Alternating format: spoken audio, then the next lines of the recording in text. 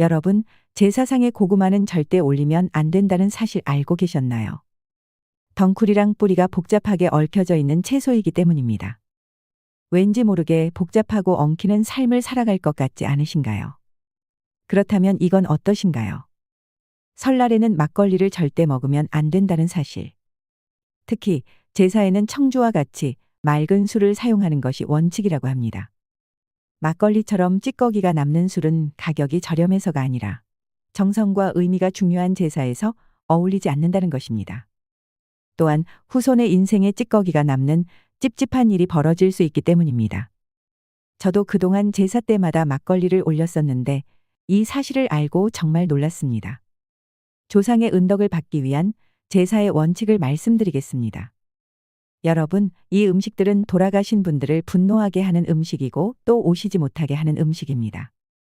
그리고 여러분, 우리 풍수에서는 산소에서 절대로 하면 안 되는 행동들이 몇 가지가 있는데요.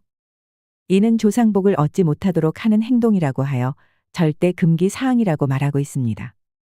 산소에 가시든 납골당에 가시든 절대 이러한 행동은 하지 마십시오. 항상 열심히 정성을 다해 제사를 지냈는데도 조상복을 얻지 못하고 계신 것 같다고 느끼시는 분들은 오늘 영상을 끝까지 시청해 주시길 바랍니다. 영상이 마음에 드신다면 구독과 좋아요, 알림 설정 부탁드립니다. 누구나 다 제사상에 올리는 이것.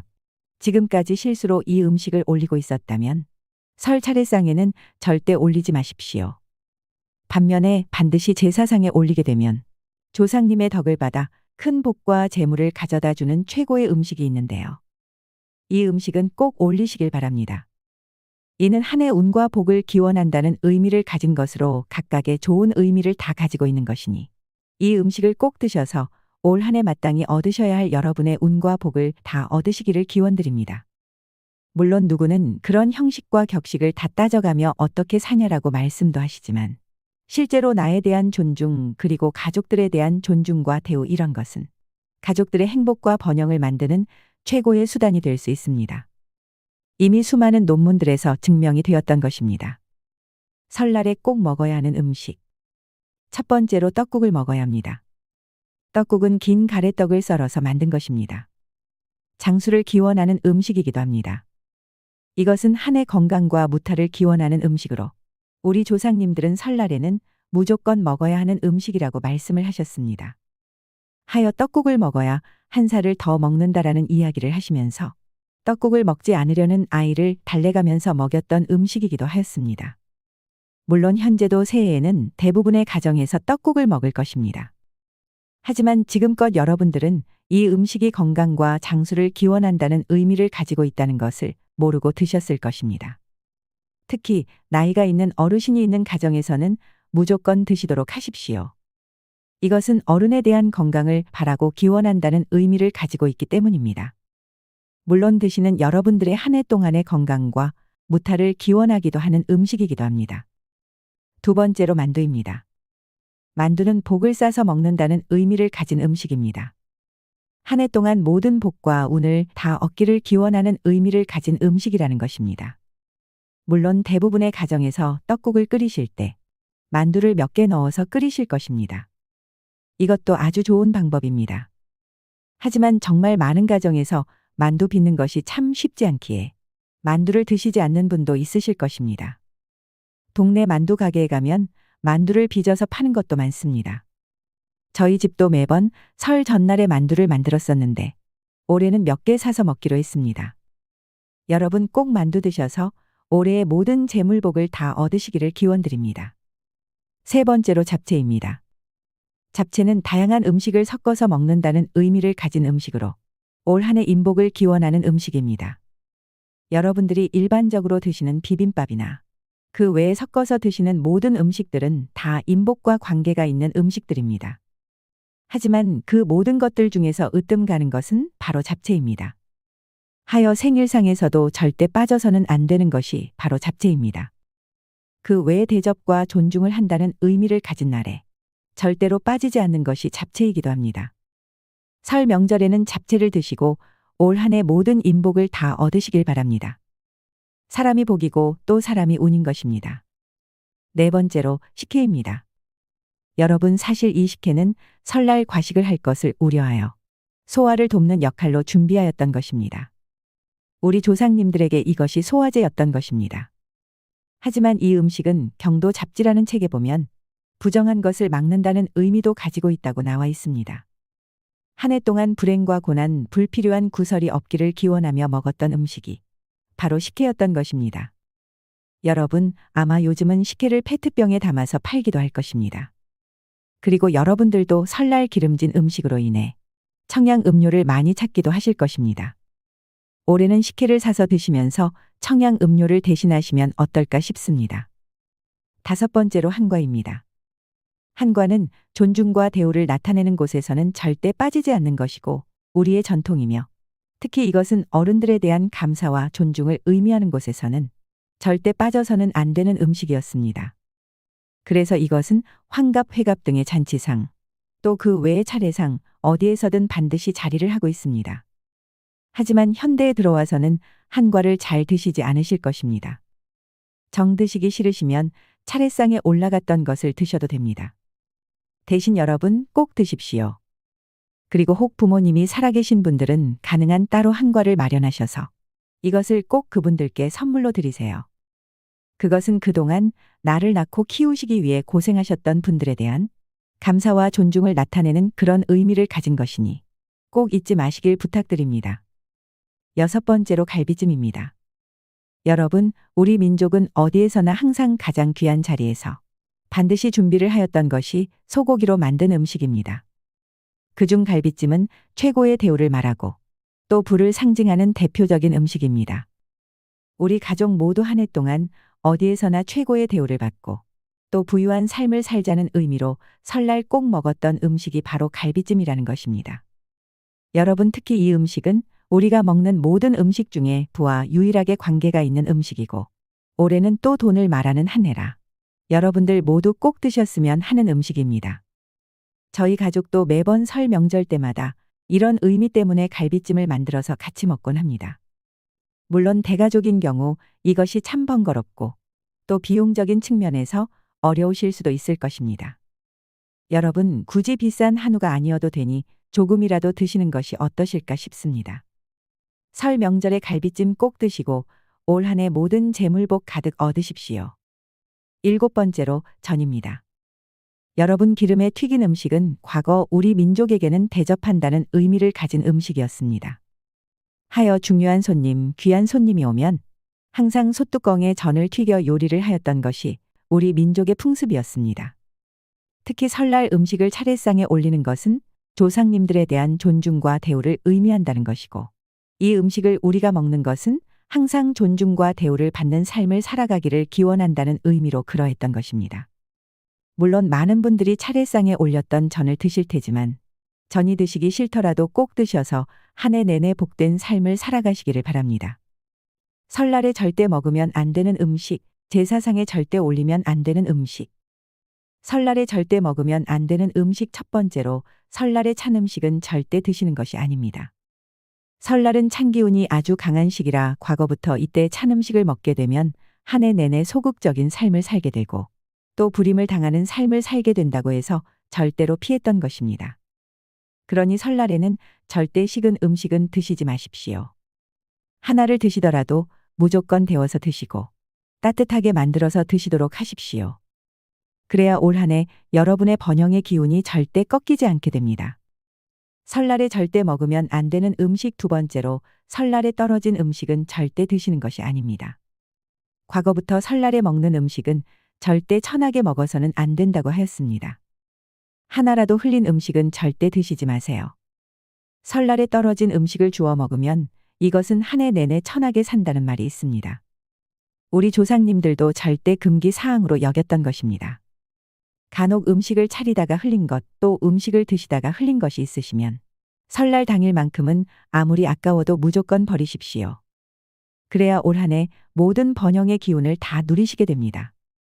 제사상에 올리면 안 되는 음식 첫 번째로 오징어는 제사상에 결코 단독으로 올리셔서는 안 됩니다. 오징어는 문어와 같이 올리거나 무조건 다른 생선포와 같이 올려야 합니다. 그 이유는 문어의 의미에서 먼저 찾을 수 있습니다. 뛰어난 지능을 가지고 있는 문어는 부모의 자식에 대한 사랑과 희생을 상징하는 좋은 생선입니다. 그렇기 때문에 생오징어의 부정한 기운을 식혀줄 수 있습니다. 생오징어가 왜 문제일까요? 오징어는 아주 흔하게 잡히고 또한 서로를 뜯어먹기도 하는 어종이기 때문에 이것이 제사상에 올라가면 부정적인 의미를 갖는다고 합니다. 마치 자식들이 서로를 물고 뜯고 싸우는 것과 같다는 것이죠. 하지만 바다가 있는 지역에는 오징어를 제사상에 올리시는 경우가 많습니다. 그렇기 때문에 오징어는 자식 사랑을 의미하는 문어와 같이 올리시거나 어포와 같이 말린 생선이 있을 때만 같이 올리셔야 한다는 것을 기억하세요. 제사상에 올리면 안 되는 음식 두 번째. 치자로 끝나는 생선은 절대 올리지 마세요. 치자가 들어가는 생선은 비늘이 없기 때문에 제사상에 올리지 않습니다. 비늘이 없는 것은 미끄럽다는 의미를 가지고 있습니다. 과거에 떨어졌을 때 미역국 먹었다는 이야기 들어보셨을 것입니다. 그리고 마치 옷을 벗고 있는 것 같은 모양입니다. 또한 그러한 음식들은 건강, 정력이라는 뜻으로 많이 쓰입니다. 살아있는 사람들에겐 좋을지 몰라도 돌아가신 영혼에겐 불필요하기에 올리지 않습니다. 그리고 비늘이 없는 동물은 하늘에 오르지 못한다는 뜻도 포함됩니다. 치로 끝나는 이름을 가진 생선에는 무엇이 있을까요? 갈치나 꽁치, 멸치, 가물치 등의 생선이 떠오르실 것입니다. 가치가 없는 생선이라 올리면 안 되는 것이라고 생각하시면 편합니다. 가족들 간의 불화를 만들고 형제들의 갈등을 만드는 삶을 연상시키기 때문입니다. 간단하게 치로 끝나는 생선만 올리지 않으시면 됩니다. 하나만 더 알려드리면 장어도 절대 올리지 않으셔야 합니다. 제사상에 올리면 안 되는 음식 세 번째. 고구마는 절대 올리지 마세요. 덩쿨이랑 뿌리가 복잡하게 얽혀져 있는 채소이기 때문입니다. 왠지 모르게 복잡하고 엉키는 삶을 살아갈 것 같지 않으신가요? 실제로 그런 것의 여부와 상관없이 음식을 볼 때 그런 생각이 스치면 좋지 않기 때문에 올리지 말라는 것입니다. 생활 풍수나 우리의 소중한 전통은 현대에서 없인 여기는 자연스러운 무의식의 흐름을 굉장히 중요시 여기기 때문입니다. 이것이 우리의 의식적인 행동을 유도하는데도 분명한 영향을 미친다는 것을 우리 선조는 알고 계셨던 것입니다. 그렇다면 제사상에는 어떤 음식을 올리면 좋을까요? 하나하나 나열해 드리는 것은 별 의미가 없다고 생각합니다. 항상 정답인 음식은 없기 때문입니다. 대신에 이것 하나만 기억해 주세요. 제사상에 꼭 올려야 하는 음식. 고인이 생전에 좋아하셨던 음식을 꼭 올려주세요. 제사는 지극한 마음의 과정이자 결과입니다. 어느 종갓집에서 이걸 했다더라. 어느 부잣집에서 이걸 올렸다 하는 것들이 무엇이 중요할까요? 고인을 생각하면 사랑하는 마음을 가지고 음식을 대접하고 나눠 먹는다는 행위가 제사의 본질에 가깝습니다. 할아버지 할머니가 피자를 좋아하셨다면 올려도 됩니다. 초코파이를 참 맛있게 드셨을 경우 그것을 올리셔도 됩니다. 저희 할아버지는 커피를 참 좋아하셨습니다. 그래서 항상 제사상에 커피를 올리고 있습니다.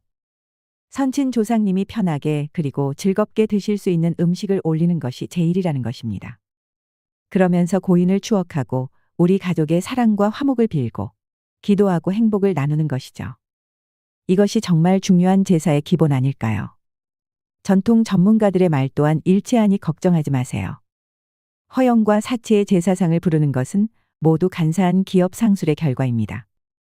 돈이 되기 때문입니다. 다만 아래의 음식은 조상님이 좋아하셨다고 하더라도 빨간 음식이라는 의미를 생각해서 피해주세요. 조상이 오는 것을 막는 음식들이기 때문입니다. 복숭아, 음기를 억누르는 마늘, 고추, 파만 기억하세요. 그래서 장례식장에서도 잡기 신이 오지 말라고 고춧가루를 듬뿍 넣은 육개장을 먹는 것입니다. 설날에 꼭 드셔야 할 음식과 절대 드셔서 안 되는 음식에 관한 이야기를 꼭 기억해 두시고 한 해의 번영을 누리시길 바랍니다. 다음으로 산소에서 절대로 하면 안 되는 행동들을 말씀드리겠습니다.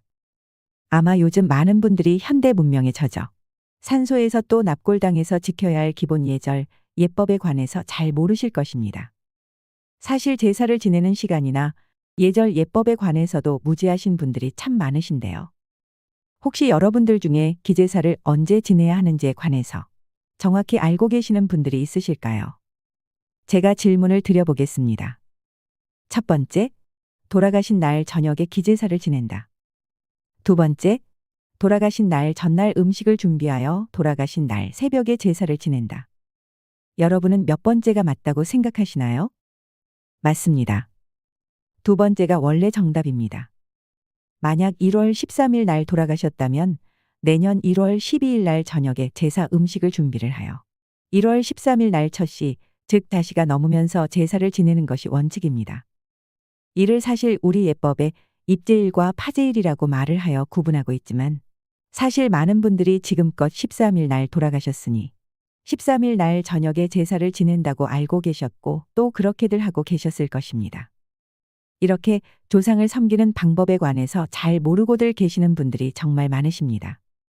물론 오늘 알려드리는 것처럼 조상님을 모셔둔 산소에 또 납골당에 가셔서 절대 해서는 안 되는 행동들에 관해서도 모르고들 계실 것입니다. 제가 예전 제사상에는 막걸리를 올리는 것이 아니라고 말씀을 드렸더니 그것마저 억지를 부리시는 분들이 정말 많으셨습니다. 여러분, 한번 생각을 해보십시오.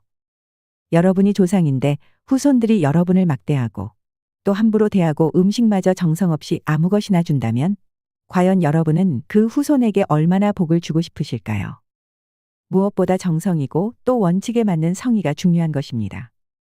여러분 이제 얼마 있으면 우리 민족 최대 명절인 설입니다. 아마 많은 분들이 산소도 찾으실 것이고 또 납골당도 찾으실 거예요. 여러분 올해부터는 그곳에 가시면 절대 이렇게 하지 마세요. 그래야 여러분이 조상복을 다 누리시게 될 것입니다. 첫 번째로 산소든 제사든 과일은 꼭 홀수입니다. 여러분 조상님께 올리는 과일은 무조건 홀수가 원칙입니다. 이는 복을 기원한다는 의미도 있지만 실은 우리 음양론에서 유래한 것으로 음의 세계에 계신 분들에게 양기를 조금이라도 나누어 드리기 위해서 그렇게 하는 것입니다. 홀수는 양을 말하는 것이기 때문입니다. 하여 우리 세계 일정 부분 관여를 하실 수 있는 힘을 드리는 것이고 이 힘으로 인해 당신의 후손들에게 복을 주십사라고 기원을 하는 것입니다. 물론 과일의 머리 부분을 쳐서 올리는 것은 귀한 분에게 대접을 한다는 의미를 가지고 그렇게 하는 것입니다. 마치 여러분의 집에 오신 손님에게 과일을 깎아서 내어 놓는 것과 같은 이치인 것입니다. 여러분, 과일이든 음식이든 돌아가신 분의 상에 올리는 것이 짝수이면 조상복을 얻지 못하게 될 수 있습니다. 두 번째로 산소에 가시면 잔풀 정리는 항상 하세요. 집이 편하고 깨끗하면 생활하기 좋으시죠. 조상님도 그러할 것입니다. 이 산소나 납골당은 그분들의 영원한 집이니까 말이죠. 하여 늘 주변 경관을 시원하게 잘 바라볼 수 있도록 잡초나 돌뿌리 그 외의 아카시아 나무나 잡목들은 항상 깨끗하게 정리를 해주셔야 하는 것입니다. 여러분, 이런 행동은 그분들이 세상을 관조하는 시야를 터주는 행동입니다. 잡목이 우거진 또 잡풀이 우거진 곳에 계시는 분들은 항상 이로 인해 불편을 느낄 수밖에 없으며 이것 때문에 여러분을 볼 수가 없는 것이고 여러분을 도와줄 수도 없는 것입니다. 항상 산소에 가시면 제일 먼저 조상님이 누워 계시는 곳에서 보아 그분들의 시선에 불편함이 없도록 정리부터 해주시면 좋습니다. 그렇다면 조상복을 제대로 얻게 되십니다. 세 번째로 항상 먼저 인사부터 하십시오. 아마 현대는 많은 분들이 납골당의 부모님이나 조상님들을 모셔두실 것입니다. 물론 산소를 쓰시는 분들도 있으시겠죠. 여러분, 우리 민족은 효와 예를 가장 중요시하는 민족입니다. 언제든 어디서 있든 어른을 보면 먼저 인사부터 하는 민족이라는 것입니다. 하여 어른을 보고 먼저 인사부터 하지 않게 되면 아주 버르장머리 없는 사람이라는 인식을 가지는 민족이 바로 우리 민족입니다. 이는 돌아가시는 분도 살아계시는 분도 마찬가지입니다. 아마 여러분들 중 그 누구도 산소에 가자마자 목례하시는 분은 없으실 것입니다. 납골당에도 가자마자 아버지 어머니 잘 계셨죠? 저 왔습니다라고 목례하시는 분은 아마 잘 없으실 것입니다. 대부분의 분들이 음식을 차려두고 그제서야 절이라는 인사를 한다는 것이죠. 올해부터는 산소를 보자마자 납골당에 도착하자마자 누구 할 것 없이 저 왔습니다. 그동안 잘 계셨죠라고 마음속으로 말하시고 목례 먼저 하세요. 그렇다면 여러분은 조상복을 제대로 얻게 될 것입니다. 네 번째로 항상 원하시고 부탁하세요. 그래야 그것이 이루어집니다. 여러분 산소에 가시면 또 납골당에 가시면 절을 하실 때 여러분이 원하시는 그것을 부모님에게 부탁을 드리세요. 그냥 달랑 절만 하고 오는 일은 절대로 없어야 합니다. 여러분 누구도 자신이 원하는 것을 말하고 부탁하지 않으면 그것이 무엇인지를 알 수가 없습니다. 혹시 자녀분의 시험이 절실하다면 마음속으로 그 자녀분의 합격을 부탁하시고, 또 사업적인 어려움이 있으시다면 그것을 구체적으로 마음속으로 부탁을 하시고, 그리고 또 건강적인 어려움이 있으시다면 그것도 마음속으로 부탁을 하십시오. 여러분, 조상님들은 항상 여러분의 편입니다. 분명 그것이 이루어질 수 있도록 도와주실 것입니다. 하지만 대부분의 분들이 산소에 가면, 또 납골당에 가면 푸념만 합니다. 에이 노인네, 살아서도 도움이 안 되더니만 죽어서도 뭘 도와주는 게 없어. 에이 노인네 뭘 좀 도와주면 어디가 덧나나라는 식으로 말이죠. 여러분이라면 이런 후손들에게 뭘 해주고 싶으시겠습니까? 진심으로 원하십시오. 아버지 어머니, 올해 손자 누구가 시험을 칩니다. 이 시험에서 자기의 능력을 다 발휘할 수 있도록 도와주세요라는 식으로 말이죠. 아버지 어머니, 제가 무슨 문제로 지금 아주 어렵습니다.